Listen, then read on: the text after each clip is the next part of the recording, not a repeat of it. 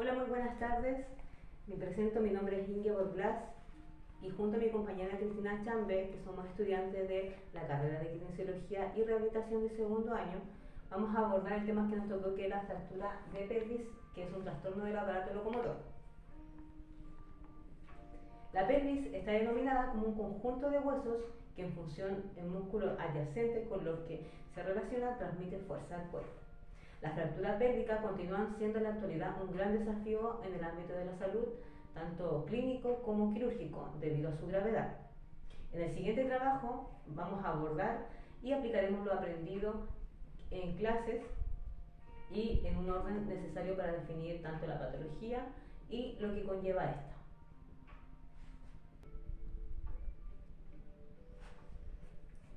Pasamos a la definición y sabemos que las fracturas de pelvis son lesiones graves donde se ven afectadas las integraciones de los huesos o ligamentos, es decir, el sacro, la articulación sacroiliaca, los huesos ilíacos o la sínfisis del pubis. Generalmente son lesiones de alta complejidad y se dan en pacientes politraumatizados con lesiones asociadas.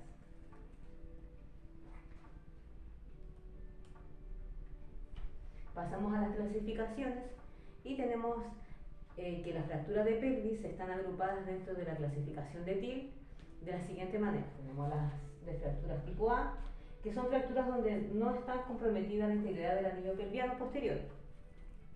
Y estas se subclasifican como grupo A, grupo A1, que son fracturas abusivas, grupo A2, que incluye fracturas de la ala ilíaca, y fractura A3, que son debido a la luxación del coxis.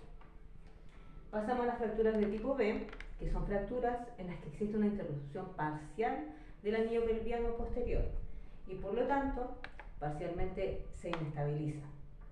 Entonces también acá podemos subclasificar en el grupo B1, grupo B2, grupo B3. Acá tenemos las imágenes y tenemos que en el grupo B1 se dan en rotación externa, el grupo B2 se dan por compresión lateral o rotación interna.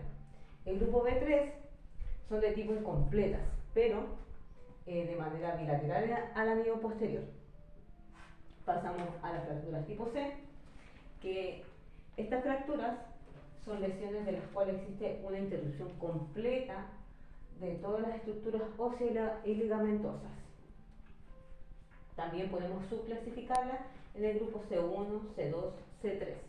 Acá tenemos la imagen respectiva y tenemos que la fractura C1 son fracturas con compromiso unilateral del anillo posterior. En la C2 son fracturas con compromiso unilateral y en el grupo 3 tenemos que son fracturas con compromiso bilateral completo.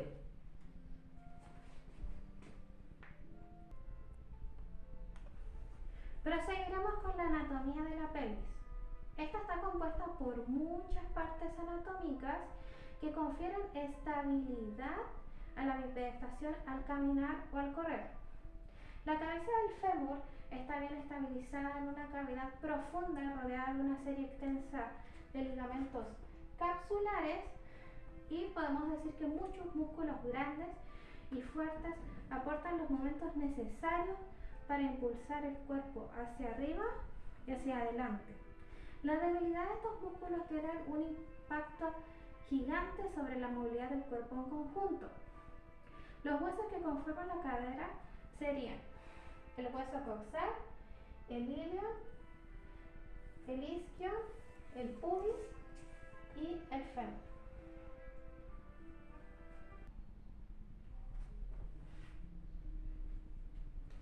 Hablaremos de la biomecánica de la pelvis en estática.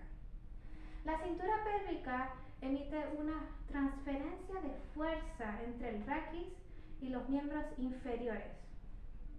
Es decir, la quinta vértebra lumbar está obligada a tolerar peso y lo dosifica en dos porciones de manera equitativa hacia los alerones del sacro y a través de las espinas ciáticas, dirigiéndose hacia la cavidad cotiloidea.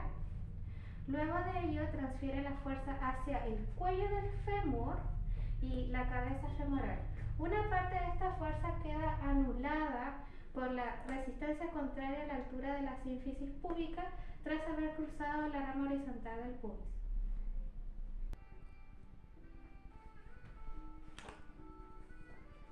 Continuaremos con la pelvis en dinámica.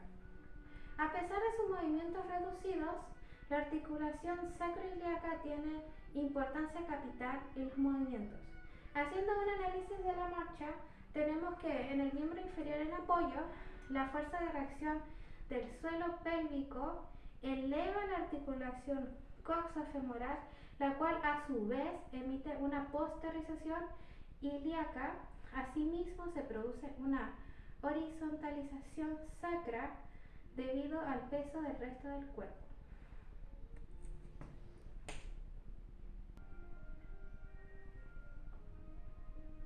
Pasando a la etiología, la fractura de pelvis es más frecuente a causa de lesiones de alto impacto, como es lesiones de accidentes automovilísticos, caídas en alturas, a causa de lesiones de bajo impacto como las caídas domésticas y en pacientes con osteoporosis.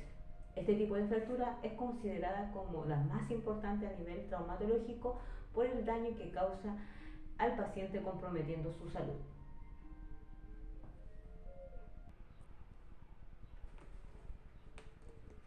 Continuaremos con la fisiopatología. Existe el riesgo de shock hemorrágico por la pérdida masiva de sangre que se acumula en la cavidad pélvica o espacio retroperitoneal. Por esta razón, cuando se produce la lesión, se ve afectada la integridad de la pelvis y la movilidad, produciendo mucho dolor cuando estamos sentados y en algunos casos una lesión pélvica inestable puede asociarse a una lesión acetabular desplazada.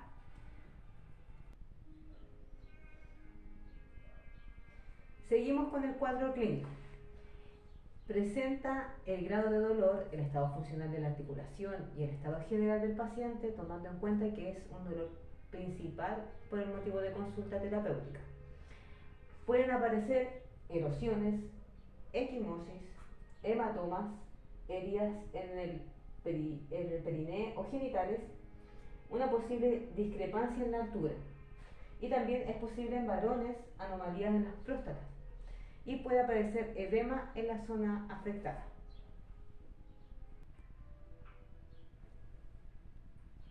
Continuaremos con los exámenes complementarios, los cuales tenemos la radiografía simple, el TAC, la radiografía anteroposterior de inlet y la radiografía anteroposterior de outlet.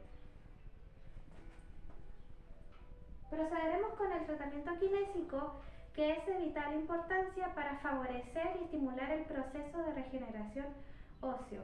Para ello se tendrá que trabajar todas las estructuras involucradas en esta patología. Tenemos los objetivos generales a corto plazo, los cuales consisten en disminuir los síntomas de edema e intensidad del dolor, mejorar el rango articular de movimiento, mejorar la estabilidad, normalizar la sensibilidad y propiocepción, recuperación de las actividades básicas de la vida diaria.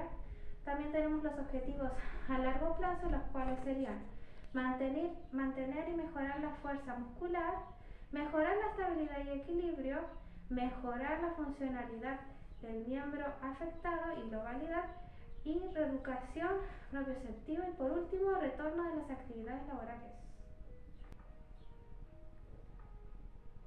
Bueno, llegamos al final de nuestro trabajo, que estamos en la parte de la conclusión.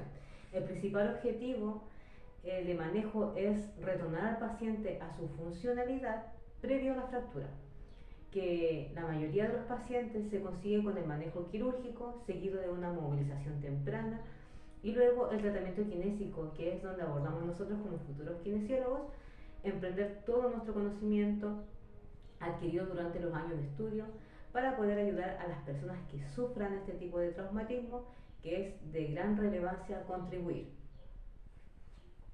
Y dejamos la bibliografía para que puedan revisar de dónde sacamos nuestra información.